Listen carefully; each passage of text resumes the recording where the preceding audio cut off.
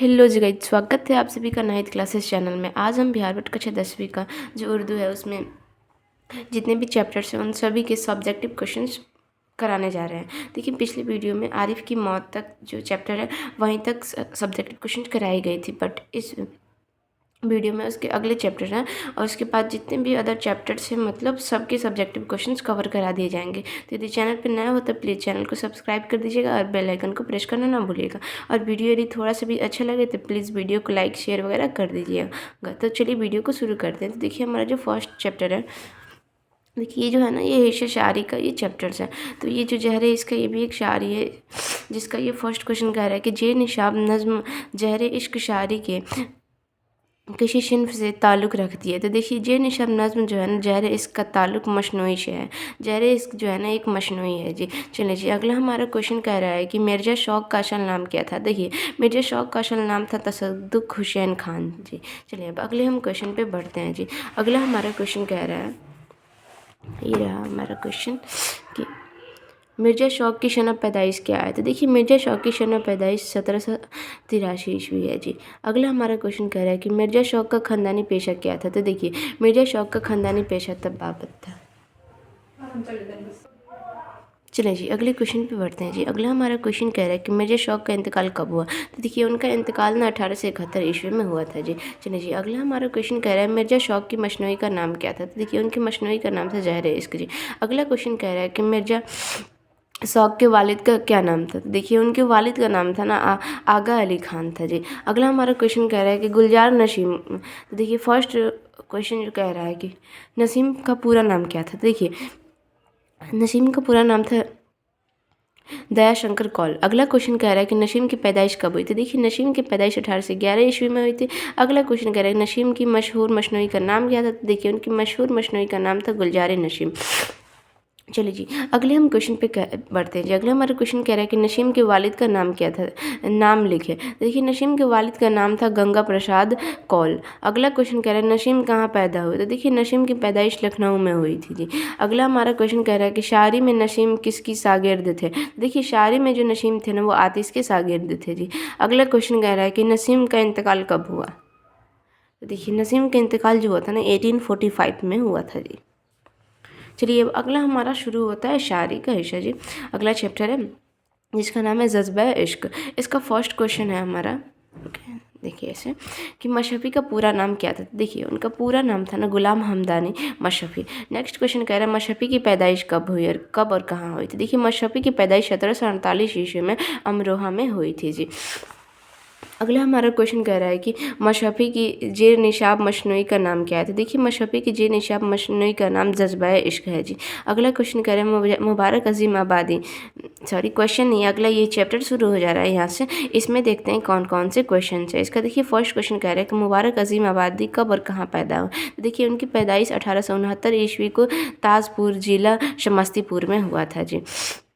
अगला हमारा क्वेश्चन कह रहा है कि मुबारक अजीम आबादी का इंतकाल कब हुआ। तो देखिए, उनके इंतकाल ने 1958 में हुआ था जी। नेक्स्ट क्वेश्चन कह रहे हैं मुबारक अजीम आबादी के वालिद का नाम क्या था। तो देखिए, उनके वालिद का नाम था ना नाम फद हुसैन वामिक था जी। चला, अगला हमारा क्वेश्चन कह रहा है कि उर्दू शायरी में मुबारक के उस्ताद कौन थे। तो देखिए, उर्दू शायरी में उनके मुबारक के उस्ताद जो थे ना वो दाग दहलोई थे, लेकिन वही फ़ारसी में उनका नाम था, अरे फ़ारसी में क्या नाम था, हाँ, उस्ताद हमीदुल परेशान था। अगला क्वेश्चन वही है हम लोग का। ये क्वेश्चन पे बढ़ते हैं। अगला हमारा क्वेश्चन कह रहा है मुबारक अजीम आबादी की शायरी मजमुआ का नाम क्या है। तो देखिए, उनकी शायरी मजमुआ का नाम है ज़िलोहे दाग। अगला क्वेश्चन कह रहा है कि मुबारक का शायरी मजमुआ कब शाया हुआ। देखिए, उनका शायरी मजमुआ 1951 में शाया हुआ जी। अगला क्वेश्चन कह रहा है इल्म तब पर मुबारक अजीम आबादी ने जो किताबें लिखी उनके नाम लिखें। देखिए, उन्होंने ना मिज़ानुल लतब और तबल कबीर लिखा जी। चलिए जी, अब अगले चैप्टर पे हम बढ़ते हैं जी। अगला हमारा चैप्टर शुरू हो रहा है, कह रहा है कि अहमद फ़राज, सॉरी चैप्टर का नाम है अहमद फ़राज। अगला क्वेश्चन कह रहा है इसमें का कि अहमद फ़राज की पैदाइश कब हुई। तो देखिए, उनकी पैदाइश 1933 में हुआ था जी। नेक्स्ट क्वेश्चन कह रहा है कि अहमद फ़राज कहाँ पैदा हुए। देखिए, उनकी पैदाइश पेशावर में हुई थी जी। नेक्स्ट हमारा क्वेश्चन कह रहा है कि अहमद फराज की किस यूनिवर्सिटी में लेक्चरार हुए। देखिए वो ना पेशावर यूनिवर्सिटी में लेक्चरार हुए जी। अगला क्वेश्चन कह रहा है अहमद फराज की शायरी कितने मौज़ूअ शाया हुए जी। तो देखिए उनकी शायरी के 12 मौज़ूअ शाया हुए जी। नेक्स्ट क्वेश्चन कह रहा है कि अहमद फराज बुनियादी तौर पर किस मिजाज के शायर थे। तो देखिए बेसिकली अहमद फराज जो थे ना वो बुनियादी तौर पर रूमानी मिजाज के शायर थे जी। चलिए अब अगले हम क्वेश्चन पे बढ़ते हैं जी। अगला हमारा क्वेश्चन ये रहा कि गज़ल अरबी की किस सिन्फ से माखूज़ है। तो देखिए गज़ल अरबी के कशीदा से माखूज़ है जी। अगला क्वेश्चन कह रहा है दक्कन के किस शायर के ज़रिए उर्दू गज़ल शिमाल तक पहुँची। तो देखिए वली दक्कनी के ज़रिए उर्दू गज़ल शिमाल तक पहुँची जी। अगला हमारा क्वेश्चन शुरू हो रहा है और कह रहा है कि सॉरी क्वेश्चन नहीं है, अगला ये चैप्टर है हमारा हश्र नईम है जी, जो कि इनमें देखते हैं कितने ऑब्जेक्टिव क्वेश्चंस हैं जी। देखिए इनमें पहला कह रहा है कि हश्र नईम की पैदाइश कब हुई। देखिए हश्र नईम की पैदाइश जो हुई थी ना 1924 में हुआ था जी। अगला क्वेश्चन कह रहा है कि हश्र नईम का इंतकाल कब हुआ, कब और कहाँ हुआ। तो देखिए उनका इंतकाल 1991 में मुंबई में हुआ जी। अगला हमारा क्वेश्चन कह रहा है कि गज़ल के पहले शायर को क्या कहते हैं। तो देखिए गज़ल के पहले शायर को मतला कहते हैं जी। अगला क्वेश्चन कह रहा है गज़ल के आखिरी शायर को क्या कहते हैं। देखिए गज़ल के आखिरी शायर को ना मक़ता कहते हैं जी। चलिए अब अगले चैप्टर पे चलते हैं जी। अगला हमारा शायर जो है वो है परवीन शाकिर। उनके बारे में देखते हैं कितने क्वेश्चंस बने हैं यहाँ पे। देखिए फर्स्ट जो क्वेश्चन कह रहा है परवीन शाकिर की पैदाइश कब और कहाँ हुई थी। देखिए इसका आंसर हो जाएगा परवीन शाकिर की पैदाइश 1952 को कराची में हुई। देखिए बेसिकली आप लोग का उर्दू में ना ऑब्जेक्टिव मजबूत हो जाएगा ना, तो सब्जेक्टिव में जो 20 मार्क्स का आता है ना ईजिली आप लोग लिख लोगे, क्योंकि ऑब्जेक्टिव कोई सब्जेक्टिव में कन्वर्ट कर देता है। तो आप लोग ऑब्जेक्टिव अपना मजबूत कर लीजिए, सब्जेक्टिव ईजिली आप लोगों का क्लियर हो जाएगा। तो चलिए अब अगले क्वेश्चन पे पढ़ते हैं जी। अगला हमारा क्वेश्चन कह रहा है परवीन शाकिर के इस्लाफ का वतन कहाँ है। तो देखिए परवीन शाकिर के इस्लाफ का वतन जो है ना लहरिया, क्या लिखा है, लहरिया शराय दरभंगा में है जी। अगला क्वेश्चन कह रहा है परवीन शाकिर का एक शायर लिखे। देखिए उनका एक शायर हो जाएगा जी हिजर की शब मरी तन्हाई पे दस्तक दिए गई तेरी खुशबू मेरे खोए हुए ख्वाबों की तरह। चलें जी अगला हमारा क्वेश्चन कह रहा है कि परवीन शाकिर के वालिद का नाम क्या बताया। देखिए उनके वालिद का जो नाम था ना सैयद साबिक हुसैन था जी। चलिए अगला हमारा क्वेश्चन कह रहा है कि परवीन शाकिर, देखिए दिख रहा है ना इसमें प्रॉपर क्वेश्चन कह रहा है कि परवीन शाकिर के वालिद हिजरत करके कहाँ गए। तो देखिए परवीन शाकिर के जो वालिद जो थे ना वो हिजरत करके पाकिस्तान गए। अगला क्वेश्चन कह रहा है इरफान सिद्दीकी, सॉरी अगला क्वेश्चन नहीं अगला एक चैप्टर है, तो इरफान सिद्दीकी के बारे में कुछ क्वेश्चन है उसको देखते हैं जी। इसका पहला जो क्वेश्चन कह रहा है कि इरफान सिद्दीकी का इंतकाल किस मर्ज से हुआ था। तो देखिए इरफान सिद्दीकी का जो इंतकाल हुआ था ना वो बेसिकली हाँ ब्रेन ट्यूमर से उनका इंतकाल हो गया था जी। मतलब कौन सी मर्ज है ना बीमारी, कौन सी बीमारी से हुआ था, तो ब्रेन ट्यूमर की वजह से उनका इंतकाल हो गया था जी। अगला क्वेश्चन कह रहे कि इरफान सिद्दीकी का इंतकाल कब हुआ था। देखिए इरफान सिद्दीकी का इंतकाल कब और कहाँ, ये 2004 में लखनऊ में हुआ था जी। चलिए जी अब अगले क्वेश्चन पे हम बढ़ते हैं जी। अगला हमारा क्वेश्चन कर रहा है इरफान सिद्दीकी की मौज़ूए किस नाम से यकज़ा तौर पर शाये हैं। देखिए ये बेसिकली उनके मौज़ूए जो है ना वो दरिया के नाम से ये ज़ाद तौर पर शाये हैं जी। अगला क्वेश्चन कर रहा है इरफान सिद्दीकी मुलाजमत से सबकदोश होने के बाद कहाँ शकुंत पंदेर हुए। तो देखिए वह मुलाजमत से सबकदोश होने के बाद लखनऊ में शकुंत पजीद हुए जी। अगला हमारा क्वेश्चन कह रहा है इरफान सिद्दीकी ने कालिदास के ड्रामा क्या लिखा है मालो यका अग्नि मतरम का तर्जुमा किस नाम से किया। तो देखिए इरफान सिद्दीकी ने कालिदास के ड्रामा को मालिका और अग्नि मतर के नाम से तर्जुमा किया जी। अगला हमारा क्वेश्चन कह रहा है इरफान सिद्दीकी कब और कहाँ पैदा हुआ। तो देखिए उनकी पैदाइश 1939 को बदायूं में हुई जी। नेक्स्ट क्वेश्चन कह रहा है जफ़र गोरखपुरी, सॉरी नेक्स्ट शायर के बारे में फिर शुरू हो गया जी। देखिए जफ़र गोरखपुरी का फर्स्ट क्वेश्चन कह रहा है कि जफ़र गोरखपुरी की पैदाइश कब और कहाँ हुई थी। देखिए उनकी पैदाइश 1935 को गोरखपुर में हुआ था जी।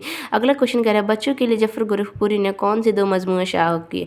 देखिए उन्होंने एक पहला जो लिखा वो था नाच रे गुड़िया और सेकेंड है सच्चाई है जी। अगला हमारा क्वेश्चन कह रहा है जफ़र गोरखपुरी की शायरी के कितने मौज़ूए शाया हो चुके हैं। तो देखिए उनके शायरी के 7 मौज़ूए शाया हो चुके हैं जी। उसके बाद अगला हमारा जो शुरू होता है चैप्टर सलाम मछली शायरी, जो शायर जो है उनके बारे में देखिए उनके बारे में पहला जो हमारा क्वेश्चन कह रहा है सलाम मछली शायरी के किस सिन्फ शायरी के शायर हैं। तो देखिए बेसिकली सलाम मछली गीत के शायर है जी। अगला क्वेश्चन कह रहा है ताजमहल के मुगल बादशाह ने तामीर कराई थी, किस मुगल बादशाह ने। तो देखिए ताजमहल जो थे ना शाहजहाँ मुगल बादशाह द्वारा तामीर कराई गई थी जी। नेक्स्ट क्वेश्चन कह रहा है कि सलाम मछली की पैदाइश कब और कहाँ हुई। तो देखिए उनकी पैदाइश 1921 को जौनपुर में हुई थी जी। अब अगला हमारा शुरू होता है मवान दर्शी किताब। हाँ देखिए ये रोशनी में जो है ना वो हिस्सा जो नशर है उसके बारे में शुरू होता है जी।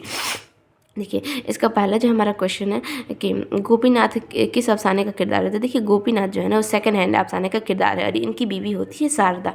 अगला क्वेश्चन कह रहा है कि सेकंड हैंड किस अफसाने का किरदार है। तो सेकंड हैंड किस का अफसाना है। तो देखिए सेकंड हैंड जो है ना वो वाक़ा मोहम्मद बशीर के अफसाना है जी।